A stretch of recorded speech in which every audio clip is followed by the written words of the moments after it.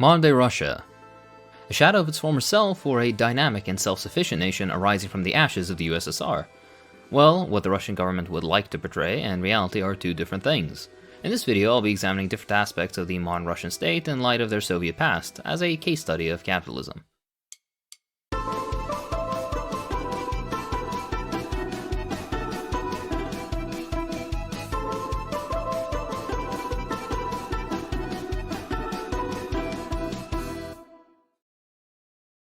Let's begin with the history.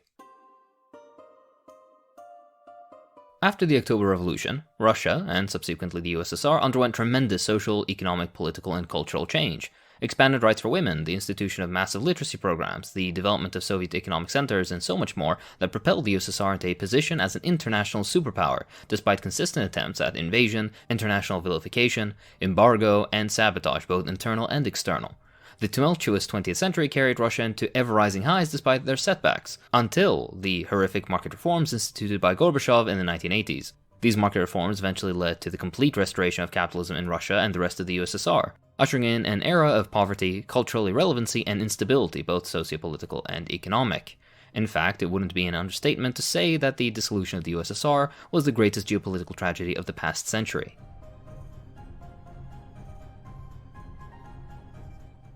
The transition from socialism to capitalism was incredibly difficult. Following Gorbachev's disastrous market reforms came Yeltsin's shock therapy.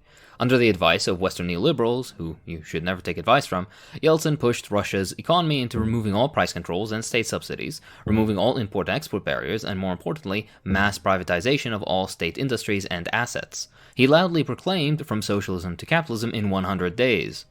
What resulted was an economic disaster that was otherwise unprecedented in times of peace.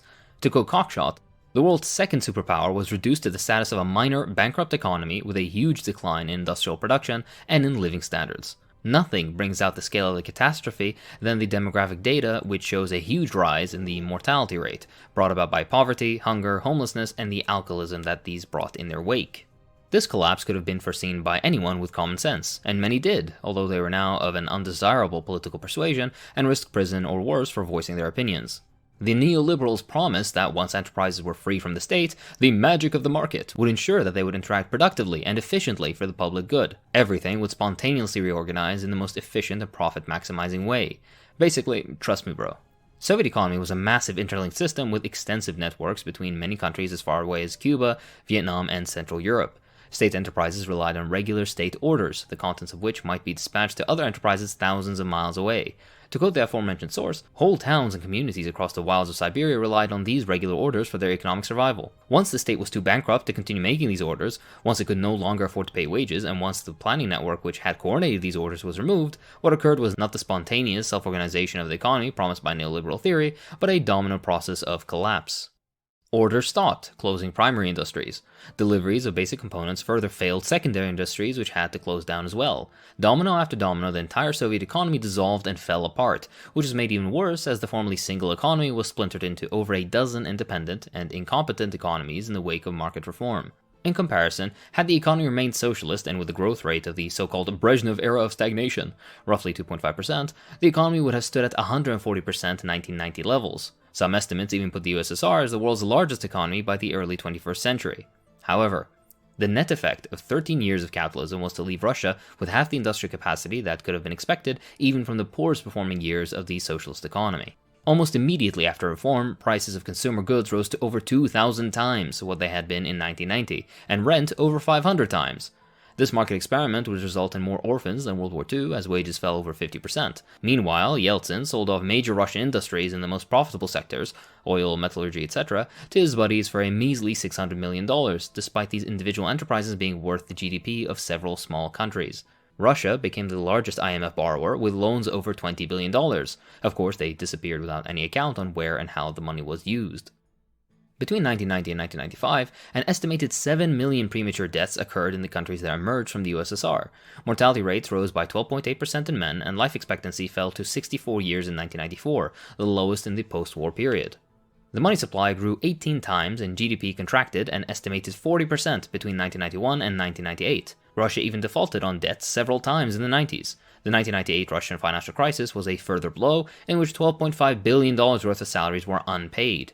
The economy shrank yet again, agriculture plummeted, and the government had to appeal for international food aid. The only saving grace was the skyrocketing oil prices of the era, which accounted for 70% of total exports, and restabilized but did not significantly grow the Russian economy. Only in the late 2000s did Russia finally reach the 1990 level of economic development, but with many caveats. The Russian economy would crash again in 2008, 2014, and most recently 2022. Despite this incredibly lackluster performance, Russia's political and economic elite still pushed for ever further and incredibly unpopular privatization of state assets, which included utility companies, financial institutions, manufacturing and transportation assets, and the media.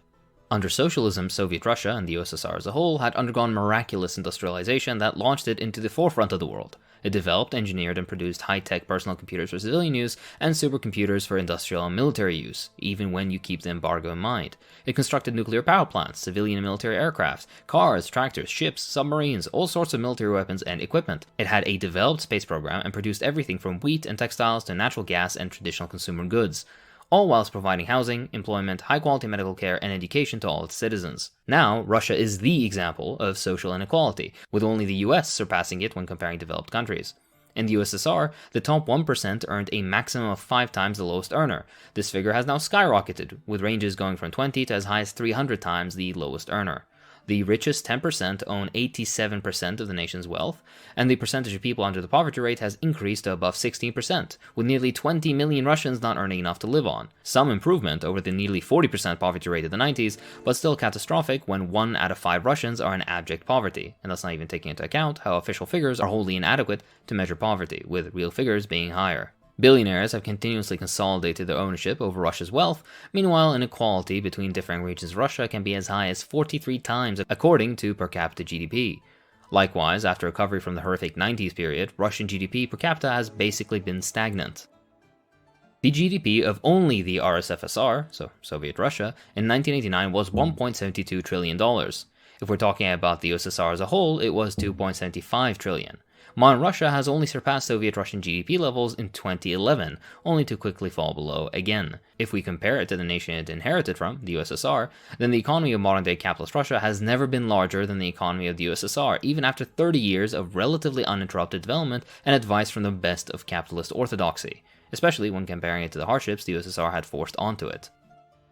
When it comes to production and export, the USSR and modern-day Russia differ only slightly. As the largest inheritor of Soviet industry, Russia's economy can still produce technically sophisticated goods, although to a lesser extent than the USSR. An example can be Russia's automobile industry, which produced 1.7 million vehicles in 2018, compared to over 2 million produced in the 80s each year in the USSR. Likewise for other technical and operational goods. Agriculture, too, has suffered, with modern Russian agricultural output still not meeting the 1990 Soviet level. Arable land, through mismanagement, abandonment, and environmental neglect, has declined by 33%. Livestock fell by half, and planted seed area by 25%. Fertilizer use plummeted, and nearly 20 years of hardship with Russia's agricultural policy were only somewhat solved by 2016, the first year in which modern Russian agricultural output exceeded Soviet Russian, but not total Soviet, output. Relevant to note, too, is the fall in mechanization of Russian agriculture, as well as a fall of fertilizer input. Overall, though, agriculture is one of the 2 industries that have fared decently, with the other being natural resource extraction. As for energy, modern-day Russia is performing either worse or stuck at roughly 1990 levels, regarding energy, gas consumption, electricity generation, energy intensity, and energy use per person. In general, Russia experienced 69.4% of negative GDP growth and 92.6% of positive GDP growth since 1990, netting only 23% of constructive growth in a period of over 30 years. Better than in other post-Soviet nations such as Ukraine, but still nothing impressive or even halfway commendable. The current state of Russia economically is a mixed bag. In some spheres better than the 1990s USSR by virtue of the progress of technology, and many others far worse. On most accounts, Russia is poorer, less diversified economically, less able to project economic power globally, and less capable of economic growth than the USSR was. Housing, too, has suffered. Between 1960 and 1985, Soviet Russia built over 1.6 billion square meters of urban housing stock. Meanwhile, modern Russia, in double the time frame, has built under 1 billion square meters, despite crumbling housing infrastructure and the continued prevalence of multi-generational households. The rate of urbanization climbed steadily all throughout the Soviet period until the dissolution and has been stagnant ever since. Thanks to Soviet policies, the vast majority of Russians own their own homes, but those that don't pay rents as high as 50% on their monthly salary. In Soviet times, rent was fixed to under 4% of your monthly wage, if you had to pay it at all. Currently, it's believed that up to 20% of the Russian economy is in black market dealings, which are notoriously illegal as to what is sold, how workers are being treated, what wages people earn, lack of taxation, etc., and is also ridiculously flimsy, meaning it can fall apart at any time. Some research seems to indicate that the level is actually over 40% of Russia's GDP. This is especially ironic, as at the worst points of market reform USSR, the second economy, decried by economists as the smoking gun signaling the defeat of communism as a system, was only 10%. Russia, too, is ranked as the 136th most corrupt country out of 180 countries. Putting aside the myriad of issues corruption indices have, corruption still is a very present and major issue of modern Russia, eclipsing whatever petty corruption that existed within Soviet times. Officially, Russia is in a demographic crisis. Russia has a particularly high death rate and a low birth rate, traditional signs of poverty and an inadequate healthcare system. The phenomenon even has its own name, the Russian Cross. The population of Russia has been declining since 1990 by more than 500,000 people each year. In fact, Russia has only had 3 years since 1990 with a positive population growth of only 80,000. In the same time, they've lost nearly a net 14 million people. In the Soviet era, an extensive, interconnected, and highly developed healthcare system was developed all across the USSR. Healthcare was free of charge, and relevant indicators exceeded the world average in number of beds, doctors and nurses per 10,000 people, per capita access to healthcare, etc. The modern Russian state inherited the system and currently exists with mixed levels of development. The 90s saw massive privatization, the proliferation of for-profit clinics, essentially non-existent healthcare spending, the proliferation of addiction and communicable disease, as well as massively reduced life expectancy. Modern-day Russia supposedly has a free healthcare system, but a particular problem in certain parts of the country is that doctor salaries are extremely low, and hence many doctors demand a fee from patients in order for them to be treated. This puts Russian patients in a tight spot, as they too have low wages and sometimes cannot afford the fees doctors charge. Health centers in Russia, especially outside major cities, are in an extremely poor state. Medical equipment and facilities are in short supply and in high demand. Short staffing is a modern and developing issue, as many doctors and nurses have gone abroad where wages and living standards are higher, although this is currently offset with Russia's larger medical education base. Private clinics are expensive and hence not usually an attractive option for poor Russians. Since the 90s, healthcare outcomes have stabilized as spending has increased year by year, although deaths as a result of HIV, new HIV cases, drug abuse deaths, and other related rates have increased, while, for example, the number of hospital beds decrease. The reason for the spread occurred after the dissolution of the Soviet Union, in which drugs and drug traffickers flooded into the country and, taking advantage of the horrendous living conditions, made many addicts of the Russian population. Through the sharing of needles and other unhygienic practices, HIV and AIDS spread. Alcohol and drug-related disorder rates have remained relatively unchanged in 30 years, with alcohol-related deaths accounting for nearly 500,000 people every year. Interestingly, many of these diseases, aside from alcoholism, were previously non-existent during the Soviet era, but have appeared in modern-day Russia mainly due to poverty and lack of prosperity brought about by the capitalist transition. Another interesting note is that drug trafficking and the use of drugs in general was harshly suppressed by the Soviet Union, which is why the USSR never really had a problem with AIDS, but poverty has pushed people into either drug trafficking as a source of income or the use of drugs as relief from their economic conditions.